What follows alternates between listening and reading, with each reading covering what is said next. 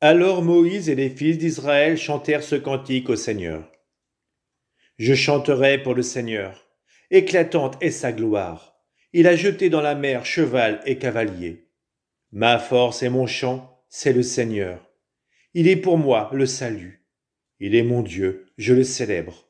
J'exalte le Dieu de mon Père. Le Seigneur est le guerrier des combats. Son nom est le Seigneur. Les chars du Pharaon et ses armées, il les lance dans la mer. L'élite de leur chef a sombré dans la mer Rouge. L'abîme les recouvre, ils descendent comme la pierre au fond des eaux. Ta droite, Seigneur, magnifique en sa force. Ta droite, Seigneur, écrase l'ennemi. La grandeur de ta majesté brise tes adversaires. Tu envoies ta colère qui les brûle comme un chaume. Au souffle de tes narines, les eaux s'amoncellent. Comme une digue se dressent les flots, les abîmes se figent au cœur de la mer. L'ennemi disait, je poursuis, je domine, je partage le butin, je m'en repais, je tire mon épée, je prends les dépouilles. Tu souffles ton haleine, la mer les recouvre, comme du plomb, ils s'abîment dans les eaux redoutables. Qui est comme toi parmi les dieux, Seigneur? Qui est comme toi, magnifique en sainteté, terrible en ses exploits, auteur de prodiges? Tu étends ta main droite, la terre les avale. Par ta fidélité, tu conduis ce peuple que tu as racheté. Tu les guides par ta force vers ta sainte demeure. Les peuples ont entendu, ils tremblent. Les douleurs ont saisi les habitants de Philistie. Les princes d'Édom sont pris d'effroi. Un tremblement a saisi les puissants de Moab. Tous les habitants de Canaan sont terrifiés. La peur et la terreur tombent sur eux. Sous la vigueur de ton bras, ils se taisent, pétrifiés, pendant que ton peuple passe, Seigneur, que passe le peuple acquis par toi.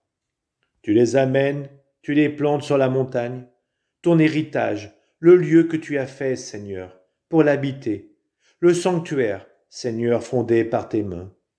Le Seigneur régnera pour les siècles des siècles. Le cheval de Pharaon, ses chars et ses guerriers étaient entrés dans la mer, et le Seigneur avait fait revenir sur eux les eaux de la mer. Mais les fils d'Israël, eux, avaient marché à pied sec au milieu de la mer. La prophétesse Myriam, sœur d'Aaron, saisit un tambourin, et toutes les femmes la suivirent, dansant et jouant du tambourin.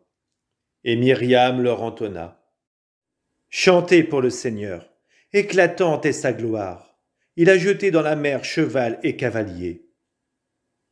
Moïse fit partir les fils d'Israël de la mer des roseaux, et ils sortirent en direction du désert de Chour. Ils marchèrent 3 jours à travers le désert sans trouver d'eau.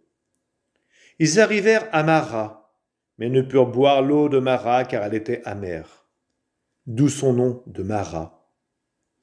Et le peuple récrimina contre Moïse en disant « Que boirons-nous » Alors Moïse cria vers le Seigneur, et le Seigneur lui montra un morceau de bois. Moïse le jeta dans l'eau, et l'eau devint douce. C'est là que le Seigneur leur fixa un statut et un droit, là où il les mit à l'épreuve.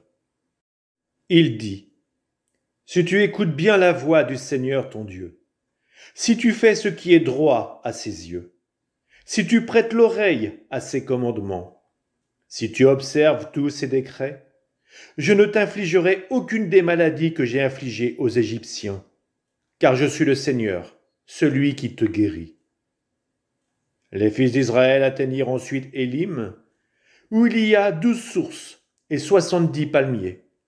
Et là, ils campèrent près de l'eau.